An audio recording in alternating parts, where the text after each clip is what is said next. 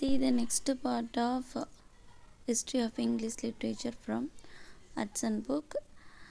I am glad to teach this topic.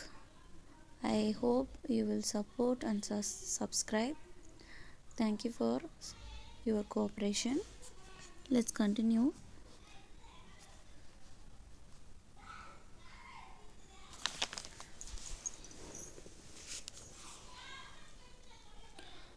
நம்ம நேற்று பார்த்தோம் ஒரு ரைட்டிங்னா எப்படி இருக்கும் ஒரு காலகட்டத்தோட ரைட்டிங் அப்படின்னு பார்த்தோம். அதாவது ஒரு புத்தகம் ஒரு காலத்தில் எழுதப்பட்டிருக்கு, அந்த இடத்த சூழ்நிலைகளுக்கு ஏற்ற மாதிரி எழுதப்பட்டிருக்குன்னு நம்ம நினச்சிடக்கூடாது. ஒரு குறிப்பிட்ட காலத்தில் வாழ்ந்த மனிதன் அந்த காலத்தில் சூழ்நிலை மற்றும் அவங்களோட அந்த காலகட்டத்தில் ஏற்பட்ட அதாவது ஆக்ஷன்ஸ் எல்லாம் பேஸ் பண்ணி அவர் படைப்பை ஏற்படுத்தியிருப்பார் அப்படின்னு நினைக்கலாம். அதில் நம்ம என்ன பார்க்கலாம் அப்படின்னா, எழுத்தாளரோட சொந்த தனித்துவம் அந்த படைப்பை பெரிதும் பாதிக்குது அப்படின்னு சொல்லலாம். Next point, reformation, puritanism, French revolution, enormous progress of science, இந்த 4 விஷயங்களும் 19ஆம் நூற்றாண்டில் பெரிய தாக்கத்தை ஏற்படுத்துச்சு. Reformation, puritanism, French revolution, enormous progress of science during the 19th century. It is enough to mention these to show the intimate connection between the history of literature and general history. இந்த விஷயங்கள்லாம் நமக்கு போதுமானதாக இருக்குது. எதுக்கு போதுமானதாக இருக்குது அப்படின்னு சொல்கிறாருன்னா, இலக்கிய வரலாறு ஹிஸ்ட்ரி ஆஃப் லிட்ரேச்சரை பற்றியும் பொது வரலாறு ஜென்ரல் ஹிஸ்ட்ரியை பற்றியும் இரண்டுக்கும் இருக்கிற இடைப்பட்ட தொடர்பை பற்றி நம்ம தெரிஞ்சுக்கிறதுக்கு ரொம்ப உதவியாக இருக்குது அப்படின்னு சொல்கிறாரு. Next paragraph, we are now, I hope, in a position to realize what it is that a history of English literature should undertake to do. நான் இப்போ நம்புகிறேன் அப்படின்னு சொல்கிறாரு. in a position to realize what it is that a history of English literature should undertake to do. Its principal object, என்ன சொல்கிறாரு அப்படின்னா, principal object of English literature என்ன அப்படின்னா, through all its transformations from age to age English லிட்ரேச்சரில் ஏற்படுத்தப்பட்ட டிரான்ஸ்ஃபர்மேஷன்ஸ்னால் என்ன, வளர்ச்சி, மாற்றம் இப்படின்னு எடுத்துக்கலாம். காலங்காலமாக ஏற்பட்டதை மொத்தமாக விளக்குறது.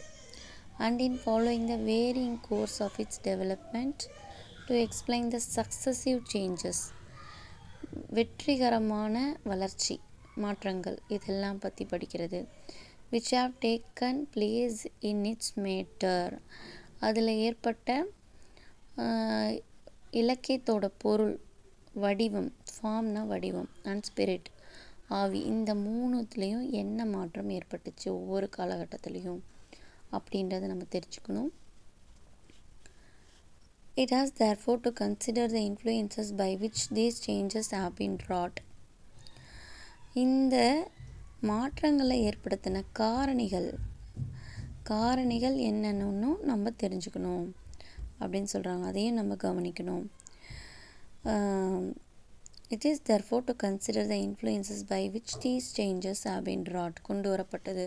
And thus it becomes a record both of individual men and their special contributions to literature, and of the forces, personal and impersonal, which went to the shaping of their work.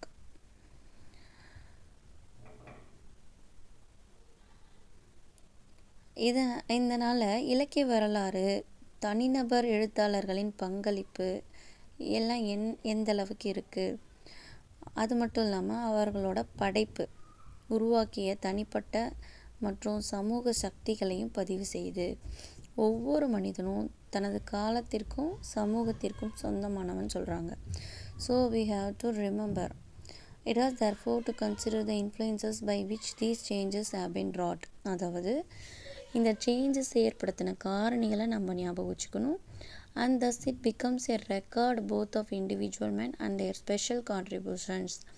அதாவது writers தான் இங்கே individual மென்னு mention பண்ணுறாரு. அவரோட படைப்புகள், அவரோட பங்களிப்பு லிட்ரேச்சருக்கு எந்த அளவுக்கு இருந்துச்சு. And of the forces personal and impersonal அப்படின்னு சொல்கிறாங்க. ஃபோர்ஸஸ் பர்சனல் அண்ட் இம்பர்சனல், தனிப்பட்ட விதமாக அவர் எந்த அளவுக்கு கொடுத்துருக்காரு, சமூகம் சார்ந்து இம்பர்சனலாக சமூகம் சார்ந்து எந்த அளவுக்கு ஹெல்ப் பண்ணியிருக்காரு. which went to the shaping of their work, எதெல்லாம் அந்த ஒர்க்கை ஷேப் பண்ணுச்சு அப்படின்றதையும் நம்ம தெளிவாக பார்க்கணும். இந்த பாயிண்டில் ஆத்தர் என்ன சொல்கிறாரு, English literature and English history பற்றி என்ன சொல்கிறாருன்னா, this suggest one point which is so important. இது ரொம்ப ரொம்ப இம்பார்ட்டண்ட்டான பாயிண்ட்டு. தட் ஐ ட்ரஸ்ட், என்ன நம்புகிறேன் அப்படின்னா, reader of this pages will think